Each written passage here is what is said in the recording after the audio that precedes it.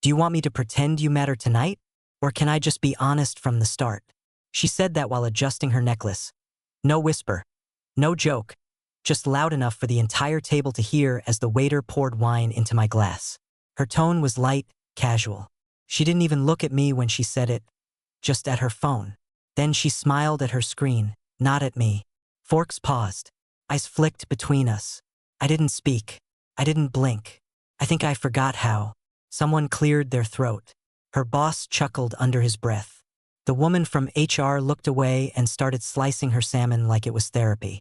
Me? I just sat there, heat flooding into my ears, mouth dry, mind racing through every possible reason for her to say something like that in front of colleagues, clients, strangers. 5 minutes earlier, I was complimenting the lighting. I thought we were having a good evening. Now I was waiting for someone, anyone, to tell me I imagined it, but no one did. She went on talking like it hadn't happened, describing a marketing pivot and joking about conference badges. Every word after that one sentence sounded like static in my ears. I couldn't focus. I just stared at the half-melted butter on the bread plate between us. What did she mean? Why did she say it? Was this planned? Then Nash, the tall one with the Italian loafers and the voice like velvet, leaned forward and said, "You have such a sharp sense of humor, Marn. Brutal but clean. I like that." She smiled at him, that real smile she used to save for me after we paid the electric bill or when I brought her coffee before meetings. I still said nothing. What was I supposed to say? She'd already made it clear I didn't matter. So, I waited until her laughter rang one more time, stood up mid-sentence, placed my napkin over my untouched food, and left. No one stopped me. Not one person asked if I was okay. Not even her. But here's the thing. As I walked down that long hallway out of the restaurant, past the bar and the host stand, something clicked. This wasn't a slip. It wasn't a bad joke. It was the first time she let the truth slip. And everyone at that table already knew it but me. I should have kept walking. Should have called a cab. Instead, I turned back, not to beg, not to fight, to listen. Because if she wanted to be honest tonight, so did I. And what I heard next turned that sentence into the least cruel thing she said that night. I made it halfway down the hallway before my spine stiffened. I stopped beside a modern art sculpture of what looked like a melting swan, just far enough from the private dining room that they couldn't see me, but close enough to hear. The music from the restaurant was duller out here, but the voices, crystal, that cold, brittle laughter I just escaped was still echoing. Hers mostly, light, flirtatious, filled with someone else's attention. Nash was still talking, his voice smooth and confident. "He took it well," he said, chuckling. "Did you see his face? For a second, I thought he'd throw the soup." More laughter. My lungs tightened. It wasn't just a dinner. It wasn't just one sentence. It was a performance. One where I'd been cast as the dull, outdated prop who didn't know when his role had ended. "She trained him well," said another voice, female, amused, possibly that redhead from earlier. "Seriously, Marn, 10 years? You should give a seminar on image management." Image management, not love, not partnership, not life, image. I pressed my palm to the cold wall. It grounded me, kept me from walking back in there and demanding an answer I wasn't ready to hear. Instead, I did what I've always done. I observed, quiet, careful. The way I used to watch her tie her hair back before job interviews. The way I listened through the door when she practiced presentations, muttering stats to herself in the hallway at midnight. But this wasn't practice. It was routine, and I was the only one who hadn't read the script. Then I heard the worst part. Something so normal, so relaxed, it struck deeper than anything cruel ever could. "I told you," she said between sips. "He's harmless. He won't make noise. He'll go home, pet his bird, maybe journal about it. That's who he is. He folds, not fights." Everyone laughed. It was a knowing laugh. One they'd all earned in a conversation I'd never been invited to. My throat burned. My hands were shaking. Not with rage. Rage would have meant I had power, but with embarrassment. She wasn't lying. I was that guy. I would go home. I would stay quiet because confrontation felt like failing a test I never signed up for. But what she didn't know, what none of them knew, was that I wasn't going home. Not this time. I left the restaurant completely. Didn't look back. I walked 3 blocks to a bus stop, Even though I had my car in the lot, I didn't want to drive. I wanted to sit like a stranger in my own life and let the world pass by while I figured out what the hell just happened. As the bus pulled up, my phone vibrated. A text from Marn. Don't overthink it. Just a joke. That was it. That one message, that lazy lie, that insult wrapped in a digital shrug, did something I didn't expect. It didn't hurt. It didn't confuse me. Clarified everything. She wasn't sorry. She wasn't nervous. She wasn't worried that I'd overheard or left or didn't come home. She wasn't even curious where I was because in her mind, I wasn't a person anymore. I was furniture, background, a detail she kept too long and now used as set decoration. And if she thought that, I had to wonder how many other people did, too. That night, I didn't go home. I didn't go to a hotel. I went somewhere that would give me answers. Somewhere I never thought I'd go. Somewhere she told me never to touch. Her work laptop, which, thanks to a mistake she never knew she made, was still logged into our shared network drive. And what I found there was the opposite of a joke. It was a timeline with names, with pictures, with dates. This wasn't spontaneous cruelty. It was scheduled. The moment I opened her work laptop, it greeted me like it was relieved to finally speak. No password prompt. Marn had once bragged about never wasting time with useless login screens. I used to roll my eyes. Now I was grateful. It opened to her company dashboard, where rows of tabs and bookmark tools lined the screen. At first, it looked like nothing more than a high-level marketing planner, campaign timelines, vendor contacts, and graphs. I was about to close it and admit to myself I was spiraling until I noticed a folder labeled simply Clockwork. Clockwork. I clicked. It opened to a subfolder labeled with years. 2019, 2020, 2021. She had folders named after years like she was archiving time itself. I opened the current one, 2025. Inside was a document called Q2 Overlay Strategy.docs. Innocent enough. But when I opened it, my hands began to sweat. It wasn't marketing. It wasn't even business. It was personal. Deeply personal. It began with a sentence, bolded and underlined. Perception is the only currency. Maintain control of the story. Below that, tables, detailed logs, color-coded entries like she was managing multiple lives. April 4th, Nash, meet rooftop bar, 6:30. Wear white, leave separately. April 9th, Ethan, dinner at home, play nostalgic Spotify playlist. Wear glasses. April 10th, Nash, hotel, room 708. Use debit, not corporate. I froze. Kept going. A schedule of deception. I was in it, marked like a task, a scene in a script. Everything down to my favorite meals was noted. Not as kindness, but a strategy. The Spotify playlist she put on last Sunday while we cooked dinner? Planned. Meant to reset the emotional tone. Her words, not mine. And there were photos buried in a subfolder named Visual Anchors. Like they were graphic assets for a pitch. But they weren't. There were screenshots of text threads, selfies with Nash, and even recordings of voice memos she left herself. Ideas for how to exit the marriage quietly, protect her image, redirect sympathy. There was one note that made my heart actually skip. He'll collapse emotionally but not react. That's the safest type. No PR damage. That was me. That was what she thought I was worth. I didn't cry. I didn't scream.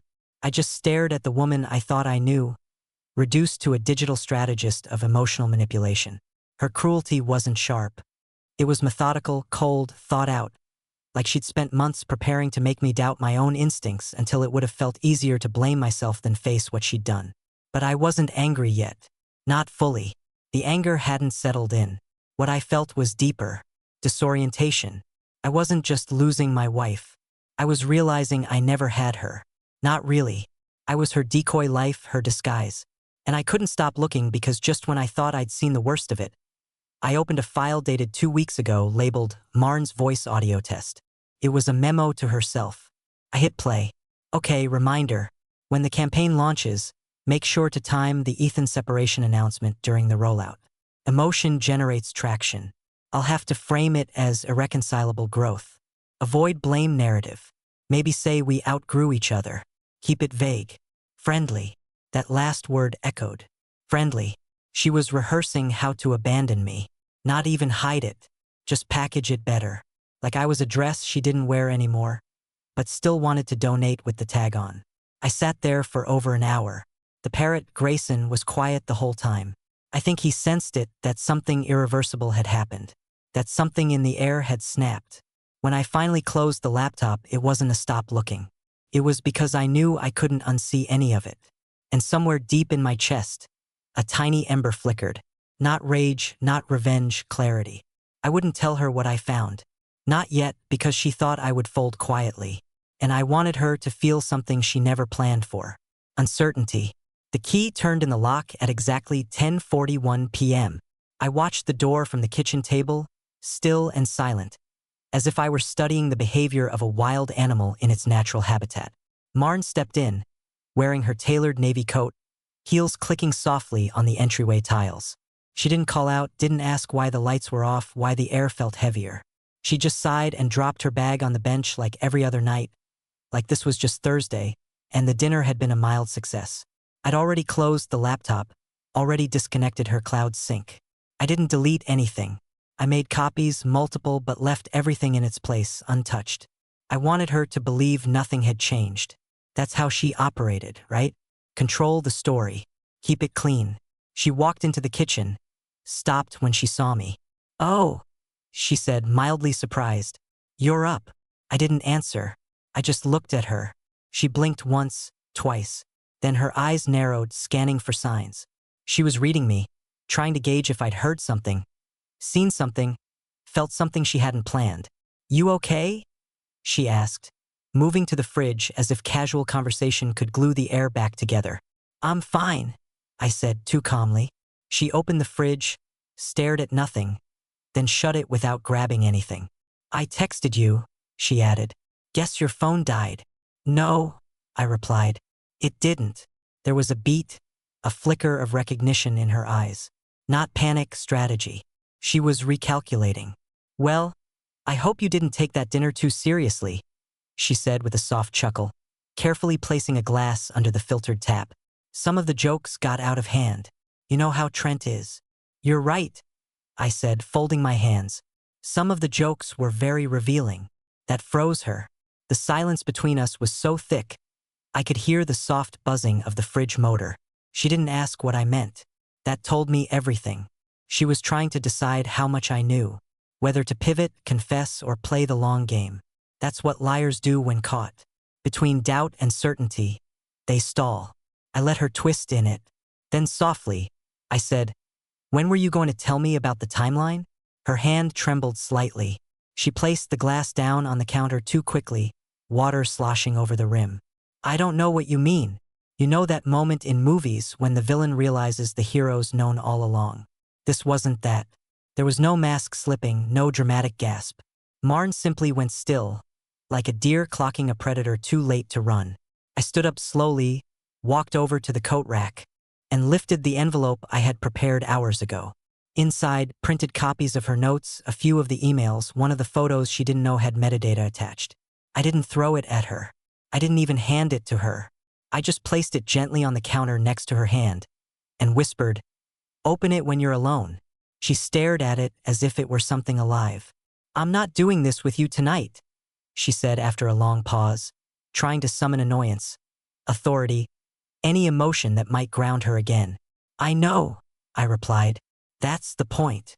She looked at me then, really looked at me for the first time in weeks, maybe months, and I think it scared her that I wasn't crying, that I wasn't yelling, that I wasn't folding. She wasn't prepared for a quiet storm. She wasn't prepared for me to look like I'd already left, even as I stood right in front of her. And maybe that's why she didn't follow me when I walked out the front door.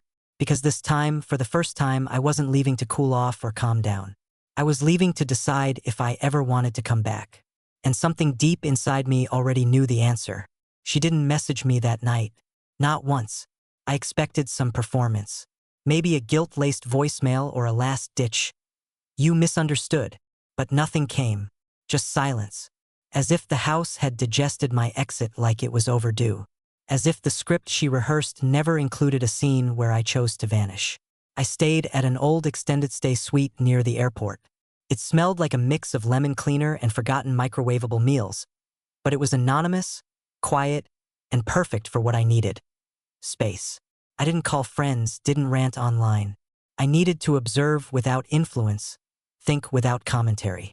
That's always been my problem. I let people write their truths in my margins. Not anymore. On the third day, she finally texted, "Ethan, hope you're safe. If you want to talk like adults, I'm here." A strange sentence. If you want to talk like adults, the implication wasn't concern. It was a jab, a framing, as if my silence was immature, as if her betrayal was grown up. I didn't reply. Instead, I watched from a distance. I knew she'd try something soon, and she did.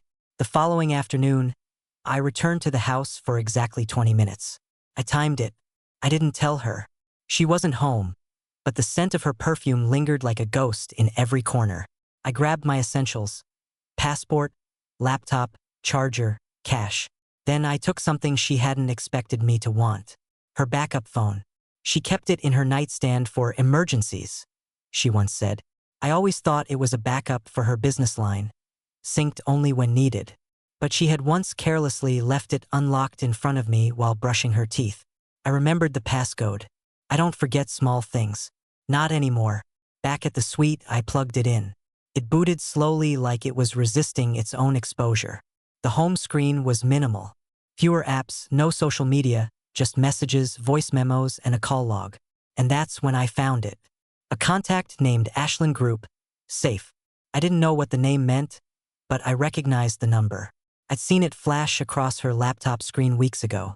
She'd claimed it was a freelance client. But the messages, they weren't about business. They were about me. I scrolled carefully. Dozens of texts, most of them brief, some chilling in their casualness. Ashland. He's still unaware. Marn. Yes. Quiet type. Useful but fading. Another. Ashland. Legal structure drafted. You'll retain majority. Marn. Perfect. We'll nudge things forward after Q2 dinner. After the Q2 dinner. That was the dinner. The one where she said some relationships are just for appearances. She hadn't been testing me. She'd been flipping the final switch. This wasn't cheating. It wasn't even betrayal in the romantic sense. It was a razor. She'd partnered with someone, maybe a lawyer, maybe a silent partner, to shift assets, rewrite public narrative, and engineer a clean exit from the life she built on my loyalty. She wasn't leaving because she fell out of love. She was leaving because I was no longer required.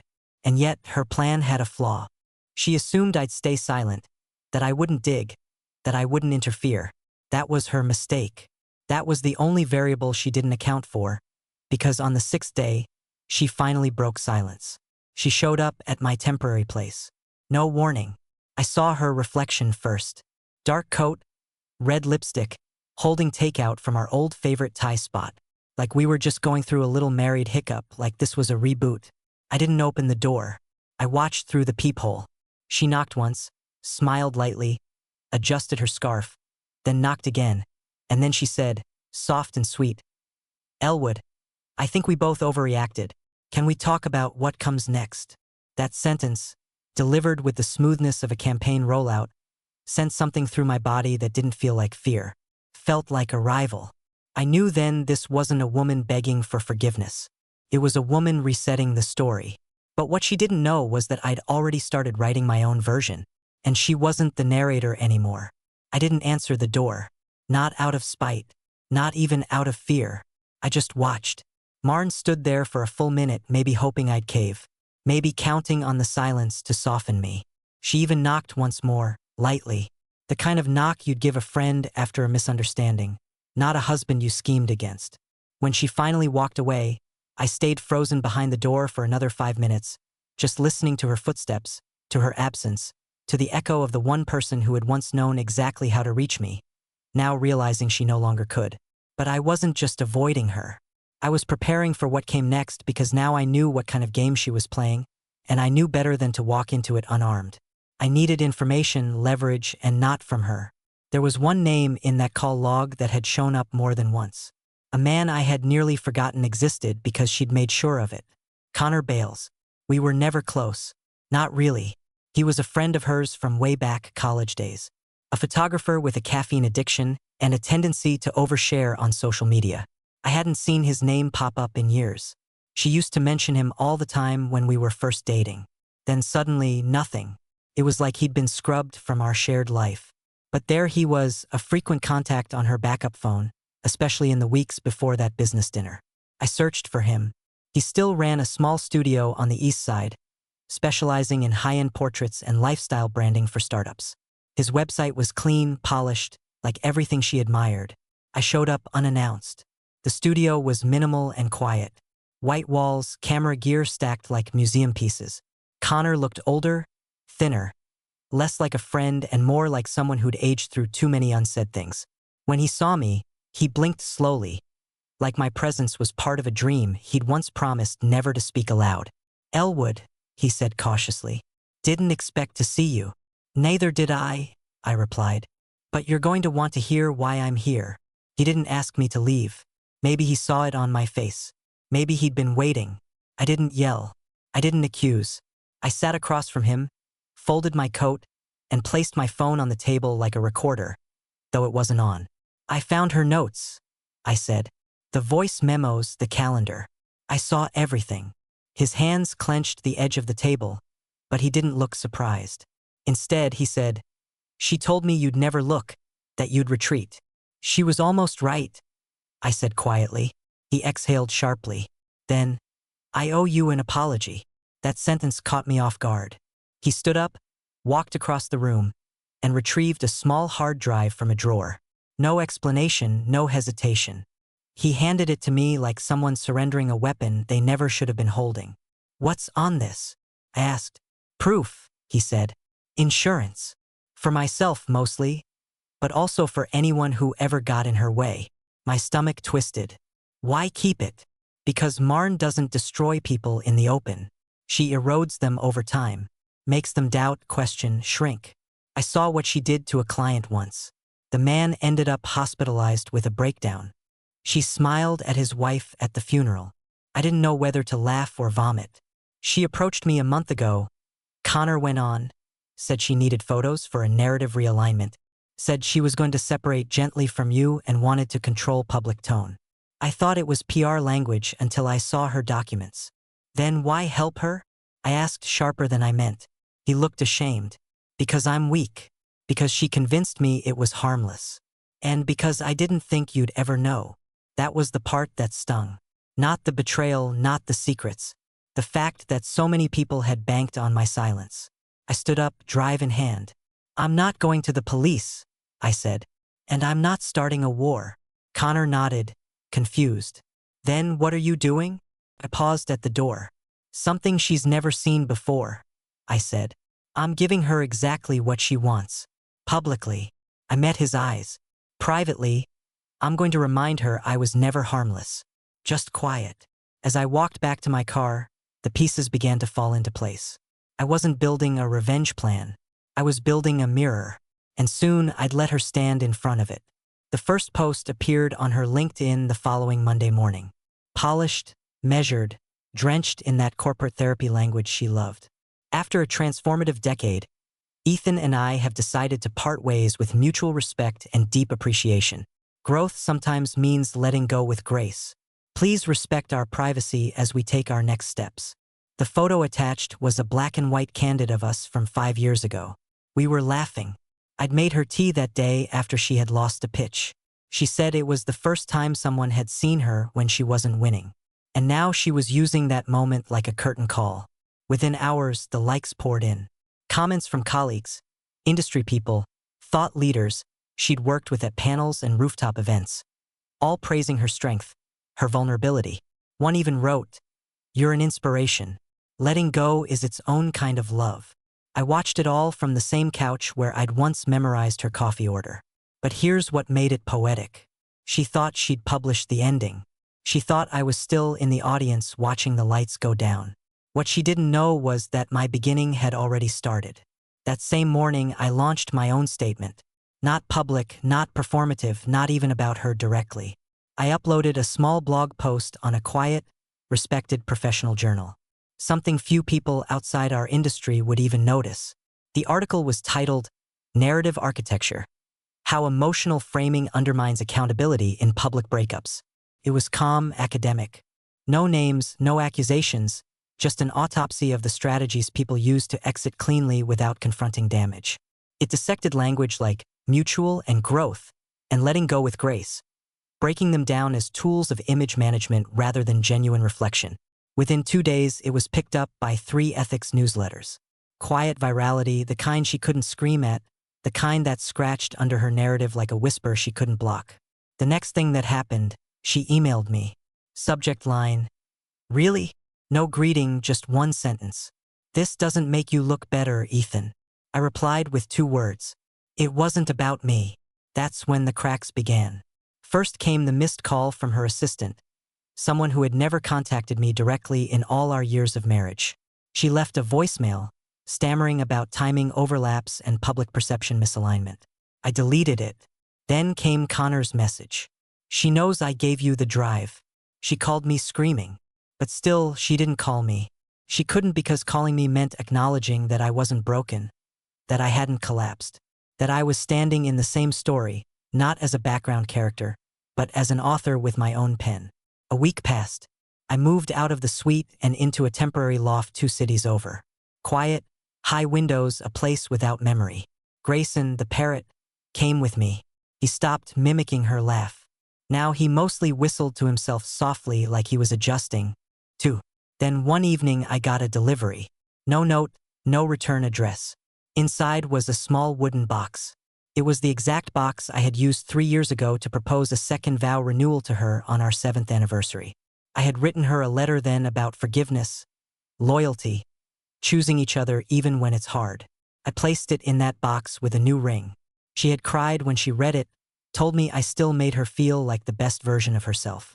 Now the box was back, empty except for one thing, a folded version of her original voice memo transcript.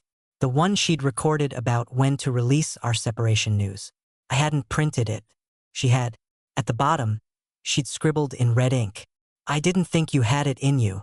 She still didn't get it. This wasn't revenge. This wasn't some theatrical comeback. This was me refusing to disappear just because she'd already rehearsed my exit. But the real twist, she had one more move planned. One last act of control, a deeply personal strike, quiet, invisible, and meant to feel like a technicality. It arrived in a manila envelope the next morning, and what was inside nearly sent me to my knees.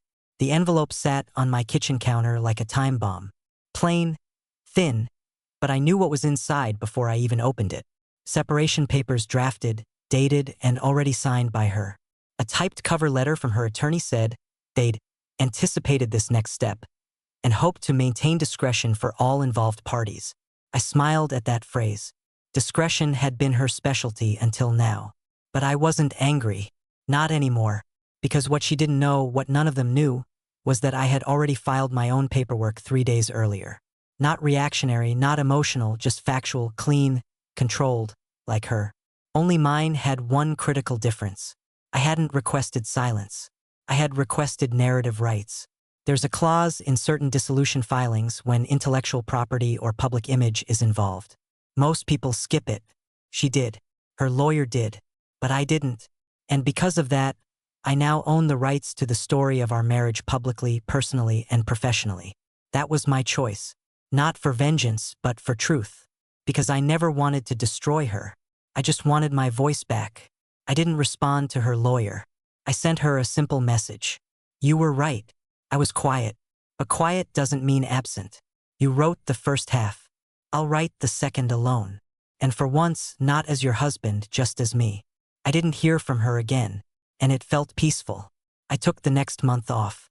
No dramatic exit, no disappearing act. I told my clients I was recharging. I meant it. I walked more, read more.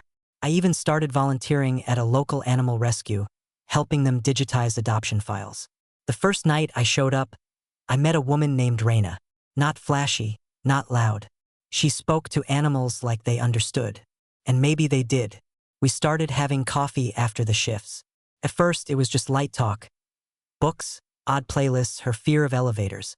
But then came longer conversations, laughter, silence that didn't feel heavy. The kind that holds space instead of demanding to be filled. One night, she said, "You seem like someone who just got out of something that was all about appearances." I paused, then smiled. You have no idea, I said. But I think I'm finally showing up. The next morning, I found Grayson, the parrot, sitting at the edge of his perch, watching sunlight move across the floor. He whistled once. It wasn't Marn's laugh anymore. It was something else, something new. Maybe mine. Final note. No explosive endings. No courtroom drama. No grand revenge. Just a quiet man who was underestimated until he remembered that dignity doesn't make noise. And healing writes its own story. One step, one breath, one page at a time.